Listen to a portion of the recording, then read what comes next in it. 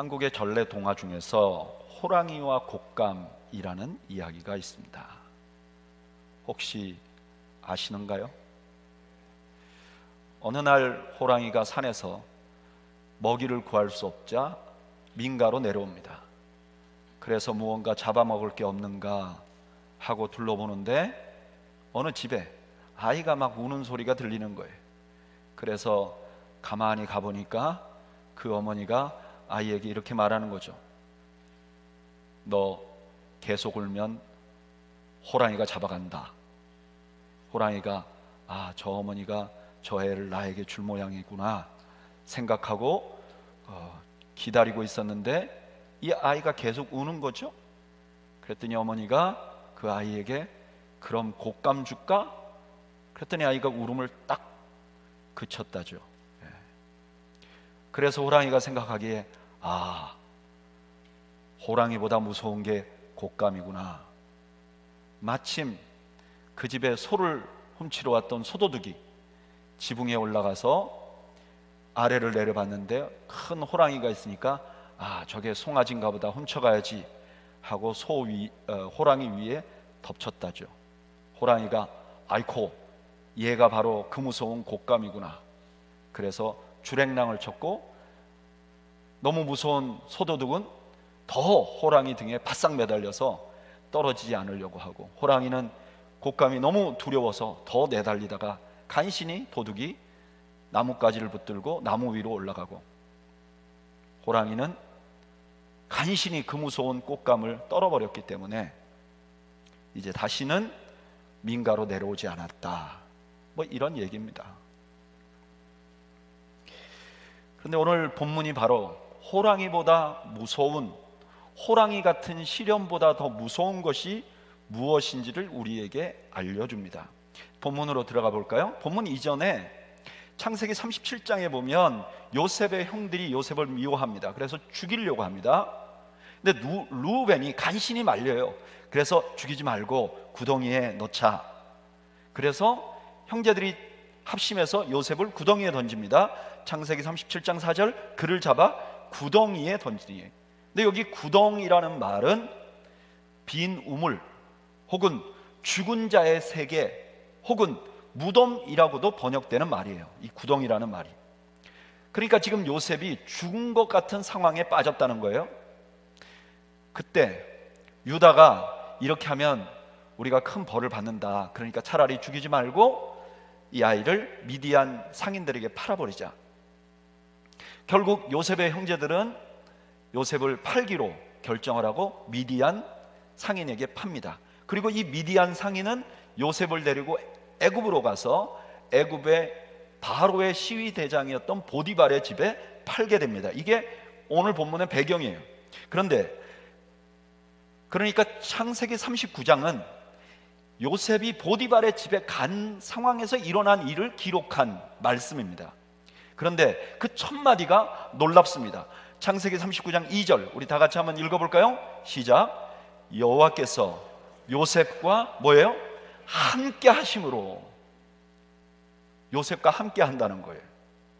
지금 죽을 뻔했다가 지금 보디발의 집에 갔으니까 요셉과 함께 한다는 거예요. 그 다음에 어떠냐? 요셉이 형통한 자가 되었다 그래요. 그 형통이 무엇인지 4절이 설명해요. 가정의 총무가 되었다. 승승장구했다. 그 다음에 창세기 39장의 대부분의 내용을 차지하는 보디발의 아내가 등장을 합니다. 창세기 39장 7절, 그 후에 그의 주인의 아내가 요셉에게 눈짓하다가 동침하기를 청하니. 처음에는 요셉에게 눈짓으로 유혹을 했어요. 그 다음에는 동침하자고 말로 유혹을 합니다. 근데 10절에 보면 이게 계속 반복됐다 그래요. 근데 요셉은 지속적으로 거절합니다. 그리고 나중에 그 근처도 가지 않아요. 근데 어느 날 그 집에 사람이 하나도 없게 됩니다. 이제 이 보디발의 아내는 거칠 것이 없어졌어요. 그래서 창세기 39장 12절에 그 여인이 그의 옷을 잡고 이르되 나와 동침하자. 그러나 요셉이 자기 옷을 그 여인의 손에 버려두고 밖으로 나가매. 이번에 동침하자고 하는 말은 명령형입니다. 앞에 동침하다는 말과 똑같은 단어인데 앞에는 명령형이 아니에요. 근데 여기서 명령을 합니다. 주인의 아내로서 명령을 하는 거예요. 다급하게 된 요셉은 자기 옷을 벗어놓고 밖으로 나가죠. 그런데 이 여인은 요셉의 옷을 들고 집안 사람을 모읍니다. 그리고 저 요셉이 나를 겁탈하려고 했다고 거짓으로 모함을 합니다. 그리고 분위기가 이미 조성됐기 때문에 자기 남편 보디발이 왔을 때도 그대로 말합니다. 당연히 이 말을 들은 보디발은 심히 노합니다. 그래서 감옥에 가두어 버려요. 창세기 39장 20절, 이에 요셉의 주인이 그를 잡아 옥에 가두니. 너무나 억울한 상황이죠. 그런데 여기 옥이라는 말은 원래 히브리어로 성체 이런 뜻이 있습니다. 성.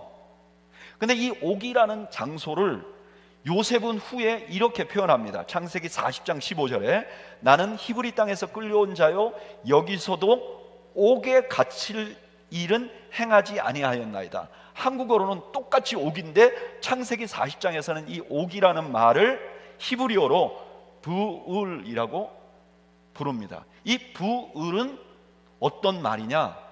우리가 조금 전에 살펴봤던 창세기 37장에 요셉이 구덩이에 빠졌다 할 때 그 구덩이와 똑같은 단어예요. 그러니까 그 전에 요셉은 형들의 미움을 받아서 핍박을 받아서 구덩이에 던져졌어요. 근데 지금 보디발의 아내의 유혹 때문에 똑같은 구덩이로 떨어지게 됩니다. 더 기가 막히는 것은 이 이야기의 마지막을 이렇게 말합니다. 창세기 39장 21절, 여호와께서 요셉과 함께 하시고, 또 하나님이 함께 하신다는 거예요. 이 창세기 39장을 요약해 보면 이래요. 창세기 39장 가운데는 유혹이 있습니다. 그리고 그 양쪽에는 구덩이와 구덩이로 에워싸고 있어요. 그리고 맨 바깥에는 하나님의 동행하심이라는 주제가 싸고 있어요. 그러니까 창세기 39장의 주제는 뭐냐? 요셉이 유혹받는 장면이에요. 그런데 그 유혹받는 장면을 구덩이와 하나님이 함께 하시는 것을 통해 싸고 있는 거죠.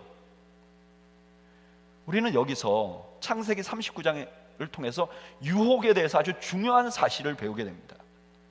첫째는요, 하나님이 함께 하시는 사람에게도 유혹이 있다는 거예요. 오늘 본문에 보면 시작과 끝이 하나님이 요셉과 함께 하셨다고 돼 있어요. 그러니까 요셉은 계속 하나님과 함께 했어요. 그런데 그런 요셉에게도 유혹이 있었던 거예요. 여러분, 유혹은 하나님이 버린 사람에게 나타나는 현상이 아닙니다. 유혹은 하나님과 함께 하시는 사람에게 또 나타나는 현상입니다. 그러니까 유혹이 없는 상황은 없어요. 성경에 보면 파라다이스, 에덴 동산에, 아무런 불편함이 없는 에덴 동산에도 유혹은 있었습니다.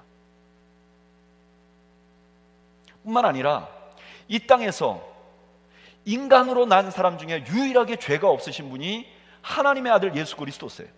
그런데 예수님에게도 유혹은 있었어요. 마태복음 4장 1절에서 3절을 공동 번역은 이렇게 번역합니다. 그 뒤에 예수께서 성령의 인도로 광야로에 나가 악마에게 유혹을 받으셨다. 40주화를 단식하시고 나서 몹시 시장하셨을 때 유혹하는 자가 와서 당신이 하나님의 아들이거든 둘 다 돌더러 빵이 되게 되라고 해보시오 라고 말하였다. 여러분, 유혹은요 누구에게나 있습니다. 저는 오늘 예배에 나오신 여러분들이 모두 하나님의 사랑을 받으신 분들인 줄로 압니다. 여러분, 하나님이 여러분들을 사랑하셔도 여러분들에게 유혹은 있다는 사실을 잊지 마시기 바랍니다. 너무나 많은 사람들이 자기가 유혹에 노출되어 있다는 사실을 인지하지 못하기 때문에 판판이 유혹에 넘어가는 거예요. 반대로 내가 유혹에 노출되어 있고 이 상황이 유혹의 상황이라는 것만 알아도 우리는 유혹에 넘어가지 않을 수 있어요. 제가 한국에서 사역할 때 아주 존경했던 목사님이 계십니다. 이 목사님 꽤나 유명한 목사님이세요. 근데 어느 날 저녁에 목사님한테 전화가 온 거예요. 굉장히 그 당시에 굉장히 알려진 연예인급 방송인, 이름을 대면 누구나 알 수 있는 그런 사람이 전화가 온 거예요. 그래서 목사님 잠깐 뵐 수 있을까요? 그래서 목사님이 급하게 무슨 일인가 해서 커피숍에서 만났답니다. 근데 이 그 자매가 자신이 지금 심적으로 너무 힘든 상황이라고 자기의 그 고민을 털어놓더래요. 그리고 이런 것 때문에 내가 굉장히 지금 공경에 처해 있고 너무 힘듭니다. 그러면서 목사님에게 이렇게 말하더래요. 목사님 오늘 저녁에 저하고 좀 같이 있어주면 안 되실까요? 그 목사님이 정신이 번쩍 들더래요. 얘가 나를 유혹하는구나. 그래서 커피숍에 있던 메뉴판을 들고 벌떡 일어나서 그 연예인급 미인 아가씨의 머리통을 탁 때리고 정신 차려요. 그러고 나오셨대요. 근데 진짜로 얼마 후에 이분이 한국 연예계에 굉장히 큰 성적인 구설수가 오르는 분이고 지금은 사라졌습니다.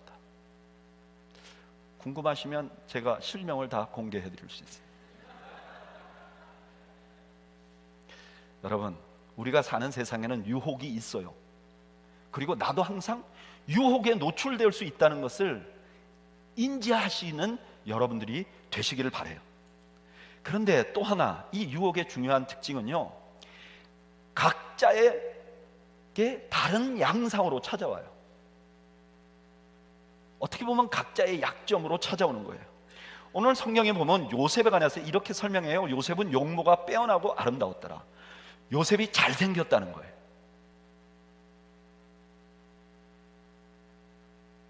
잘생기니까, 게다가 요셉의 지금 나이가 17살에서 30살 사이예요. 아마 20대 초반이었을 거라고 생각을 합니다.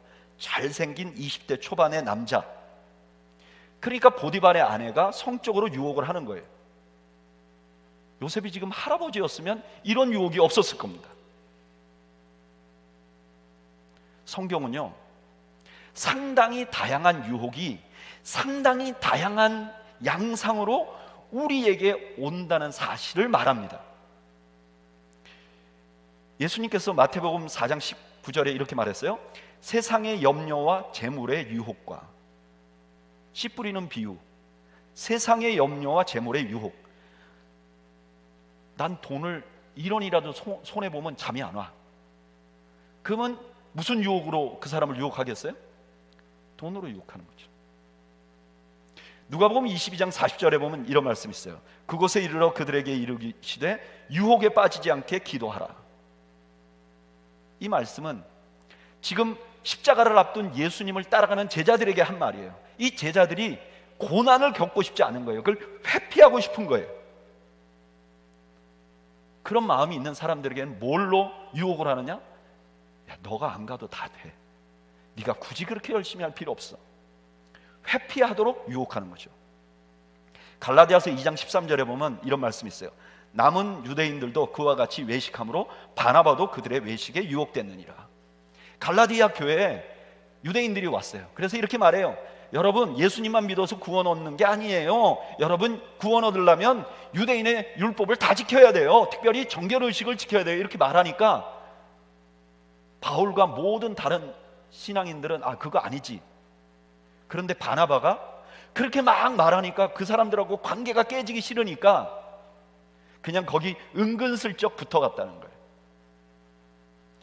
사람에게 인정받기를 좋아하는 사람들에게는 그걸로 유혹을 한다는 거예요. 이번에 자네가 눈 한번 감고 이 일을 해주면 우리 회사에서 자네를 아주 뛰어나게 봐줄 것일세. 눈 감고 요것만 같이 하세. 이 사람한테 인정받기 위해서 넘어갈 수 있다는 거예요. 또 어떤 사람에게는 오늘 요셉과 같이 성적으로 유혹을 합니다. 베드로후서 2장 13절에 음심이 가득한 눈을 가지고 범죄하기를 그치지 아니하며 굳세지 못한 영혼들을 유혹하는 자. 아마 이런 오늘날 세상이 가진 성적인 개념에 물들어 있는 사람은 요즘 너무 성적인 범죄에서 유혹으로 넘어뜨리기가 너무 쉬운 세대가 되었습니다. 이 외에도 성경에 보면 상당히 다양한 유혹이 우리의 연약한 부분을 공격합니다. 그런데 너무나 많은 사람들이 이걸 몰라요. 이 유혹이 다양하다는 걸 모르고 이렇게 생각합니다. 자기가 이긴 유혹 있잖아요. 그걸 가지고 나는 이걸 이겼으니까 나는 유혹에 안 넘어갔어, 이렇게 생각한다는 거예요. 여러분, 유혹은 매우 다양한 양상 속에서 옵니다. 그래서 우리는 말씀을 통해서 내가 어떤 부분이 약하고 내가 어떤 부분을 잃어버렸는지 지속적으로 생각해야 돼요. 한국의 연예인들 중에서 꽤나 알려지신 신앙인이 계세요. 이분은 벌써 한 40년, 50년 그 연예인 생활을 했는데 가정적으로 전혀 문제가 없어요. 신앙생활도 아주 잘해서 교회에서도 직분을 맡고 계신 분이에요. 그래서 그것만으로 저분은 가정을 잘 지키고 있어, 저분은 유혹이 없는 분이야, 그것만으로 존경을 받는 분이에요. 근데 그분하고 아주 가까운 분들은 이렇게 얘기합니다. 그분은 성적인 유혹에는 잘 넘어가지 않는데 물질의 유혹에는 굉장히 욕심이 많은 분이라 절대로 헌신 안 한다는 거예요. 근데 이분은 스스로 생각하는 거죠. 나는 유혹에 안 넘어갔어. 근데 뒤에서 사탄은 웃고 있는 거죠. 넌 물질에 넘어갔어. 여러분, 사탄은요 우리의 약점을 잘 알고 있어요. 그래서 다양한 방법으로 유혹합니다. 그래서 우리는요 끊임없이 내가 어디에 연약하고 내가 어느 부분에 유혹이 약한지를 살펴봐야 돼요. 건강검진만 열심히 하지 말고 내 영적인 건강을 열심히 체크해야 되는 거죠. 세 번째로, 오늘 본문에서는 유혹을 이긴 대가가 하나님과 함께 하심이라는 걸 알려줘요. 오늘 본문에 보면요 요셉이 유혹을 이겼어요. 그러면 하나님께서 보상해 주면 좋잖아요. 예를 들면 하나님이 그 밤에 보디발에게, 디바라, 사실은 요셉이 잘못한 게 아니라 네 아내가 원래부터 악했단다. 그리고 그 장면을 쫙 보여주고 보디발이 그 다음 아침에 일어나서 이 나쁜 여자야 이렇게 하고 벌을 주면 얼마나 좋겠어요. 근데 요셉은 유혹을 이겼는데 반대로 요셉은 억울하게 감옥에 가게 됩니다. 여러분, 이게 유혹의 본질 중에 하나예요. 유혹을 이겨도 번영을 받지 못합니다. 많은 사람들이 유혹을 이기면 그 대가로 내가 번영을 받을 거라고 생각해요. 저도 옛날에 그랬어요. 제가 대학을 다닐 때 어느 그 시험 날이었어요. 어느 날 시험을 보는데 내가 시험 공부를 전혀 안 한 문제가 나왔어요. 이런 일이 제 인생에 딱 2번 있었는데 제가 지난번에 한번 얘기했고 이번에, 그러니까 제가 공부를 아예 안 한 건 아니에요. 문제를 받았는데 이 문제에 관해서 도대체 답을 알 수가 없는 거예요. 신학생들은 잘 모르는 문제가 나오면 가지고 기도를 합니다. 주여. 그런데 들었는지 안 들었는지, 제 앞에 있는 친구가 이공계는 좀 다르지만 저희 같이 신학 공부를 하는 시험지가 막 이만하고 빽빽하게 써야 돼요. 한 장 빽빽하게. 그런데 그 답안지를 옆에 책상에 딱 놓은 거예요. 딱 보니까 아하, 제가 못 풀고 있는 그 문제에 대한 답이에요. 보통 실력이 좀 있으면요 슬쩍만 봐도 생각이 나. 저거 저렇게 써야 되겠구나. 웬 주의 은혜인가, 그렇게 생각할 수도 있는데 제가 아주 강직하게, 아니지, 내가 이걸 안 봤으면 이 답을 생각 못했을 텐데 지금 내가 쓰면 컨닝이지. 이거는 내가 컨닝을 하는 것보다는 하나님 앞에 정직하게 백지를 내야지. 그래서 그 부분을 안 썼어요. 그리고 이렇게 생각했죠. 난 정직하니까 하나님이 봐주시겠지. 내가 그래도 신학생의 양심을 지켰는데 하나님이 어떤 방법으로든지 도우시겠지. 제가 대학 다니는 내내 받은 성적 중에 그 과목을 제일 못 받았어요. 거의 F에 근접하게. 그러고 나니까 은근히 시험이 들더라고요. 내가 이렇게 했으면 하나님이 좀 도와줘야 되는 거 아닌가? 근데요, 목회하다 보니까 이런 생각을 하는 분들이 교회 안에도 굉장히 많아요. 이런 말 하시는 분들이 있잖아요. 내가 그래도 주님을 위해서 이렇게 충성하고 올바로 살아왔는데 왜 나한테 이런 일이 생기냐. 이 말 속에는 내가 유혹에 넘어지지 않았는데 왜 나한테 보상을 안 해주느냐, 이런 의미가 포함되어 있는 거죠. 근데 여러분, 유혹과 번영은 직접적인 연관이 없어요. 우리 예수님을 보세요. 예수님께서 유혹을 이기셨어요. 근데 번영을 누린 게 아니라 어떻게 되셨죠? 십자가에 죽으셨잖아요. 자, 그러면 우리가 이런 질문이 생겨요. 그러면 유혹을 이긴 대가는 뭐예요? 지금 요셉이 유혹을 이겼는데 무슨 대가를 받은 거죠? 유혹에 넘어가나 유혹에 안 넘어가나 똑같다면 왜 우리가 안 넘어가야 되죠? 우리가 그 답을 찾기 위해서 저는 다윗을 송환합니다. 왜냐하면 다윗은요, 유혹에 넘어진 사람이에요.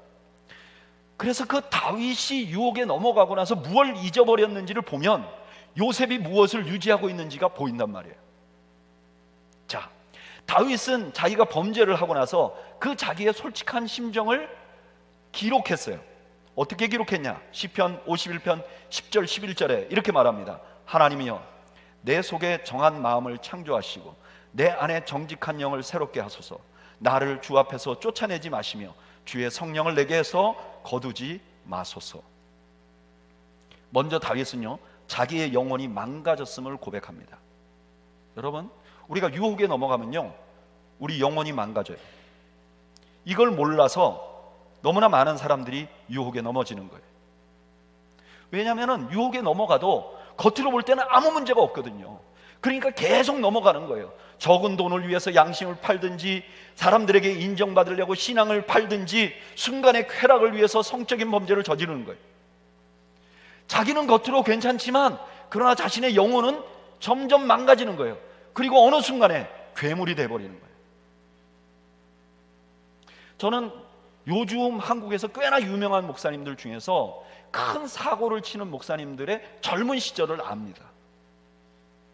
근데 그분들이 젊은 시절에 굉장히 좋은 분들이었어요. 굉장히 순수했어요. 적어도 제가 알고 있는 한. 그런데 어느 순간에 마치 괴물처럼 변해버렸어요.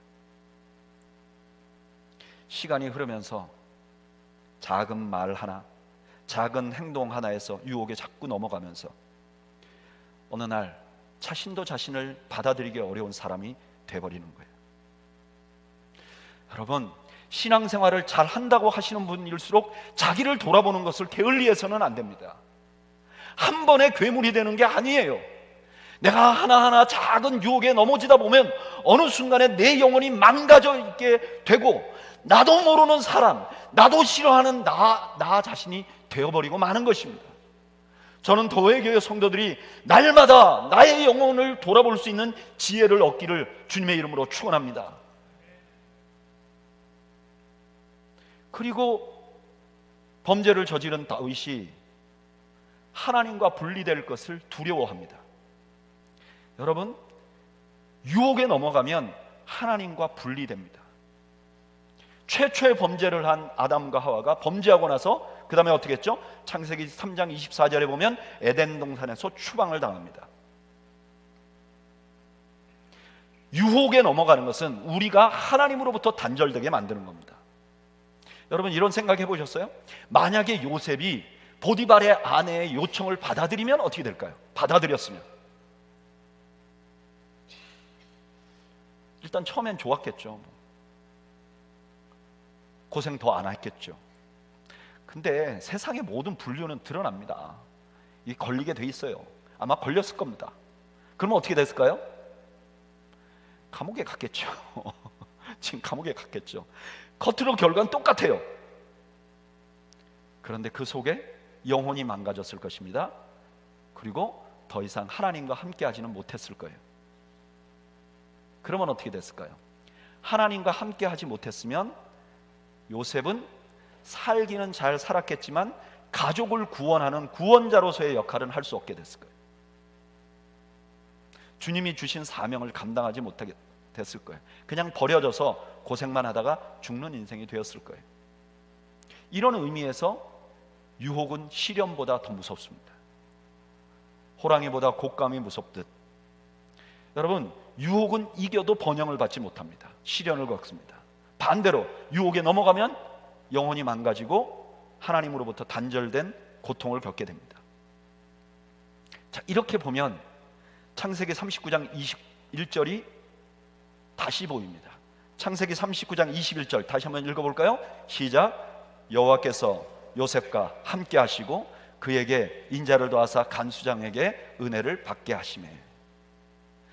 이 함께 하심은 그냥 내추럴한 함께 하심이 아니라 유혹을 이긴 요셉에게 준 하나님의 보상이에요. 예수님도 그랬어요. 예수님께서 유혹을 이기고 나니까 어떻게 됐느냐? 마태복음 4장 11절에 이에 마귀는 예수를 떠나고 천사들이 나와서 수종드니라. 여러분, 유혹을 이기면 번영을 얻지는 못합니다. 그러나 하나님과 함께 할 수 있어요. 자, 그러면 유혹을 이겨야 되잖아요. 이렇게 영혼이 망가진다면 유혹을 이겨야 되잖아요. 근데 어떻게 하면 유혹을 이길 수 있을까요? 이게 이제 마지막 숙제죠. 어떻게 하면 유혹을 이길 수 있을까요? 많은 분들, 제가 어렸을 때 청년들에게 설교했던 많은 목사님들이 이렇게 얘기했어요. 너희 청년들아, 유혹이 오면 도망가야 돼. 요셉 봐, 도망갔잖아. 여러분, 유혹이 오면 도망가야 한다. 요셉이 유혹을 이긴 이유는 도망갔기 때문이다. 이 말은요, 반은 맞고 반은 틀려요. 왜 반은 맞고 반은 틀리냐? 도망간 건 사실이에요. 그게 그 유혹을 이기게 한 건 사실이에요. 그러나 여러분, 요셉이 왜 도망을 갔죠? 보디발의 아내가 미인이 아니었기 때문에 도망간 게 아니에요. 왜 도망을 갔죠? 창세기 39장 9절. 이 집에는 나보다 더 큰 이가 없으며 주인이 아무것도 내게 금하지 아니하였어도 금한 것은 당신뿐이니 당신은 그의 아내임이라. 그런즉 내가 이 큰 악을 행하여 하나님께 죄를 지으리까. 요셉은 하나님이 자기와 동행하심을 인지하고 있었어요. 그리고 그 하나님 앞에 이 행위가 죄라는 걸 알았어요. 그래서 유혹에 넘어지지 않을 수 있고, 그래서 도망한 거예요. 그러니까 그가 유혹을 이길 수 있었던 이유는 하나님이 함께 하시기 때문이었어요. 자, 그러면 우리는 이렇게 생각할 수 있어요. 아, 그래, 그러니까 요셉같이 유혹에 안 넘어지려면 하나님이 나와 함께 하심을 믿고 있어야 돼. 하나님 눈을 의식해야 돼. 어려서 저는 그렇게 배웠어요. 근데 살아보니까 유혹에 안 넘어가는 것보다 훨씬 더 힘든 게 하나님이 나와 함께 계심을 항상 느끼는 거예요. 해보신 분은 알아요. 유혹은 가끔 와요. 근데 하나님이 함께 하시면 자꾸 잊어버려요. 그러면 이거는 지금 나에게 하라는 어떤 행동보다도, 도덕보다도 더 큰 짐이 나에게 되는 거예요. 그래서 스스로 생각하는 거죠. 아, 하나님, 그러니까 유혹을 이기는 길은 없구나. 이거 불가능하구나. 그런데 여기 하나님께서 우리와 함께 하시면 우리가 유혹을 이긴다는 것은 그런 의미가 아니에요. 그럼 어떤 의미냐? 히브리서 2장 18절 공동 번역을 한번 우리 다 같이 읽어보겠습니다. 시작. 그분은 친히 유혹을 받으시고 고난을 당하셨기 때문에 유혹을 받는 모든 사람을 도와주실 수 있으십니다. 여기 그분은 누구죠? 예수님. 예수님의 이름이 뭐죠? 임마누엘. 하나님이 우리와 함께 하시다. 우리와 함께 하시는 하나님이세요. 이 하나님이 우리를 도와주실 수 있기 때문에, 그래서 우리가 하나님이 함께 하시면 유혹을 이길 수 있게 되는 거예요. 내가 그 함께 하시는 하나님을 인지했기 때문이 아니라 그 하나님이 나를 도우실 수 있기 때문에 내가 유혹을 이길 수 있는 거예요. 자, 이렇게 보면 이 히브리서 2장 18절을 통해서 창세기 39장을 보면 패러다임이 완전히 다 바뀝니다. 자, 보세요. 창세기 39장에 있는 요셉의 모습을 가만히 보세요. 그러면 누구의 모습이 떠오르죠? 이분은 가족을 구원하라는 사명을 받았어요. 은 20냥에 팔렸어요. 유혹을 받으셨어요. 억울하게 감옥에 갇히셨어요. 결국 죽음에까지 이르렀어요. 누구의 모습이 보이죠? 예수님의 모습이 보이잖아요. 그러니까 지금 창세기 39장은 요셉을 통해서 예수님의 모습을 보여주고 있는 거예요. 그러면 이 본문은 우리에게 어떤 메시지를 주는가? 우리 주님은 유혹을 당하시기도 하셨어요. 억울한 일도 당하셨어요. 그러니까 지금 유혹에 노출된 너, 억울한 일을 당하는 너를 도울 수 있어. 창세기 39장의 말씀은 우리와 함께 하시는 임마누엘이신 주님께서 우리를 유혹에서도 지키시고 계시다는 것을 보여주고 있는 것입니다. 이 주님이 없으면 누구도 유혹을 이길 수 없어요. 자, 그러기 때문에 창세기 39장을 보면서 우리가 할 수 있는 것은 그 주님에게, 나를 도우실 수 있는 그 주님에게 도와달라고 하면 돼요. 이것이 예수님께서 주기도문을 통해서 가르치신 바예요. 마태복음 6장 13절, 우리를 시험에 들게 하지 마옵시고. 여기 시험이라는 말은 유혹이에요. 예수님이 우리에게 기도를 가르치시면서 이렇게 말했어요. 너희들이 기도해야 될 내용이 있어. 그게 뭐냐면은 내가 유혹에 빠지지 않게 도와주십시오라고 기도하라는 거예요. 왜? 예수님은 유혹을 겪으신 분이에요. 그리고 우리가 그 유혹으로 망가지면 얼마나 비참한지도 알고 계시고 그것이 우리에게 얼마나 억울한지도 알고 계세요. 그래서 우리를 기꺼이 도우시려고 하세요. 그래서 우리는 주님 앞에 도와달라고만 하면 되는 거예요. 여러분, 이 땅에서 유혹을 이기는 길은 우리 주님 앞에 도와달라고 하는 것임을 잊지 않는 여러분들이 되시기를 주님의 이름으로 축원합니다. 기도할 때 여러 가지 기도를 해야 돼요. 그러나 우리의 인생에 너무 중요한 기도는 뭐냐?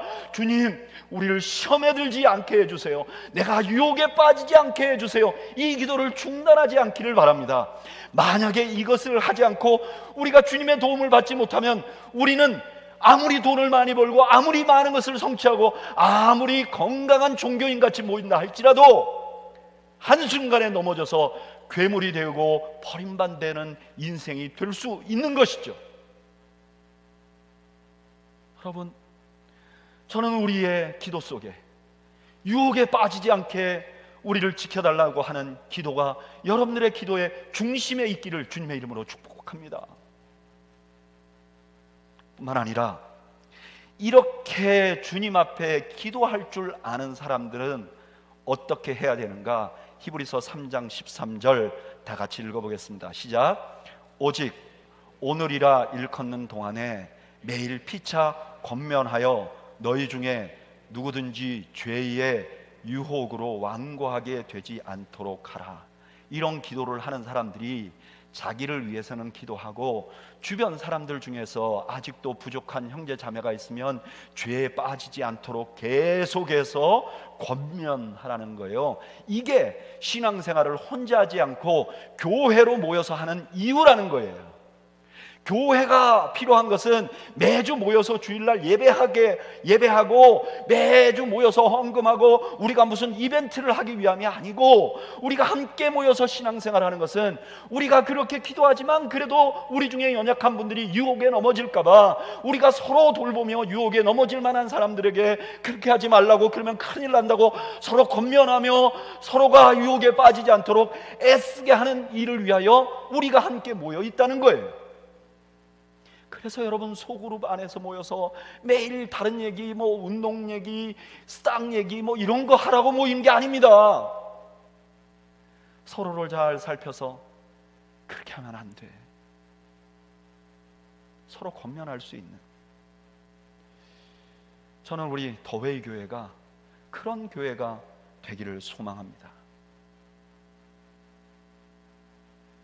여러분, 저는 이 요셉이 살던 시대보다 오늘 우리가 사는 시대가 훨씬 더 유혹이 많은 시대라고 믿습니다. 유혹의 양상이 훨씬 더 다양해졌습니다. 사실 우리 누구도 이런 모든 유혹을 이길 수 있다고 자신할 수 있는 사람은 없습니다.